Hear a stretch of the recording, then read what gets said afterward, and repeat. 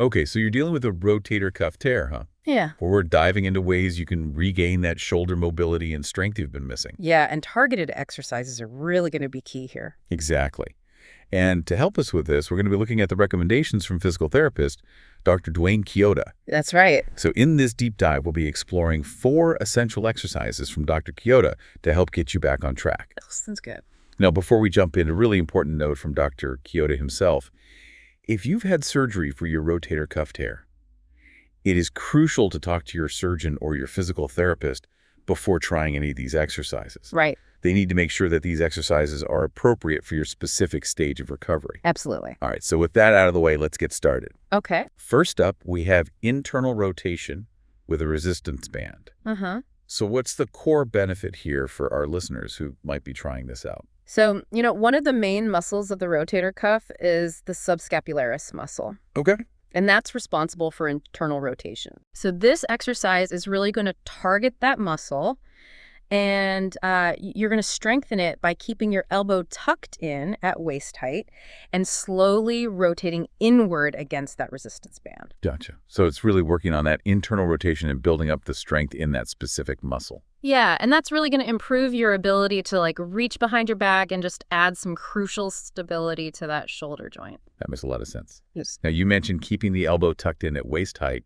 You're also going to want to be feeling the effort right in the shoulder. Exactly. Not anywhere else, right? And you can start light with the resistance and build it up gradually as your shoulder gets stronger. Awesome. Mm-hmm. Now, moving on to our second exercise. Yeah. We have side-lying external rotation with a light dumbbell. Okay. How does this exercise kind of build on that first one? So this one is basically working the opposite side of the shoulder. Oh, okay. So now we're focusing on external rotation.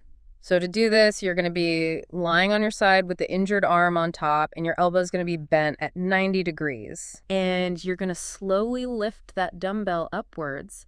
And this is primarily engaging the infraspinatus and teres minor, Okay. which are 2 other very important rotator cuff muscles. Right, so we're hitting different muscles this time. Yeah, this time we're focusing on external rotation.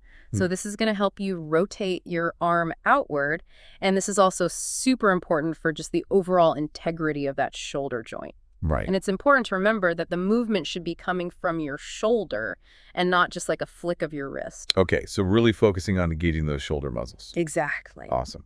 All right, so we're working through different parts of that rotator cuff. Mm-hmm. Now we have the prone shoulder retraction, Okay. sometimes called a reverse fly or a T. Uh-huh. This one looks like it's involving more than just the shoulder. Yeah, it is. So what's going on here? So this exercise is really interesting because it also works on the upper back muscles. Okay. So to do this, you're going to be lying face down, and you're going to lift your arms up in a T shape, squeezing those shoulder blades together. And this strengthens the rhomboids and trapezius muscles. So those aren't directly rotator cuff muscles, but They're not directly rotator cuff muscles, but they are essential for providing stability to the scapula, and the scapula being. which is your shoulder blade. Oh, okay. And that's really the foundation for healthy shoulder movement. So it's all connected. Yeah, stronger shoulder blades mean a more stable and functional shoulder. Right, because it gives that shoulder a good base to work off of. Yeah, exactly. Awesome.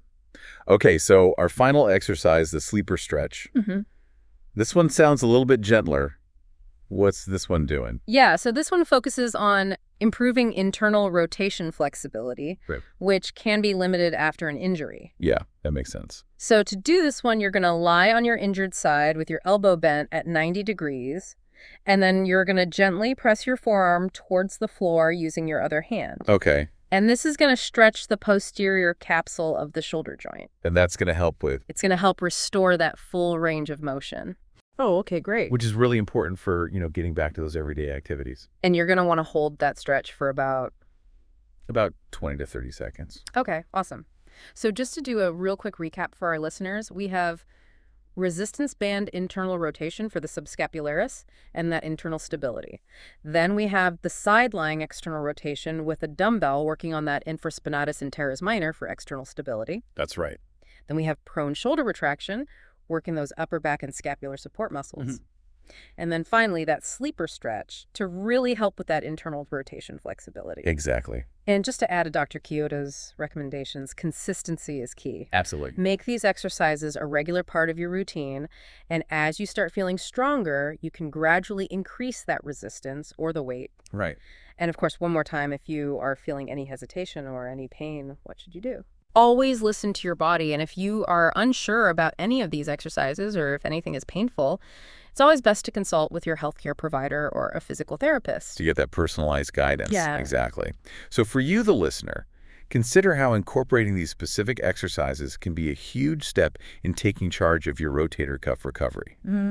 Think about how focusing on these targeted movements could be the answer to unlocking that lost mobility and strength.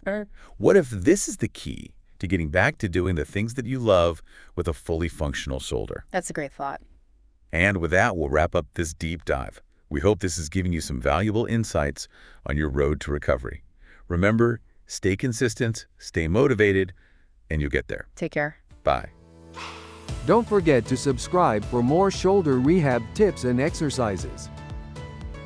Valley Rehab, Physical Therapy and Return to Work Center.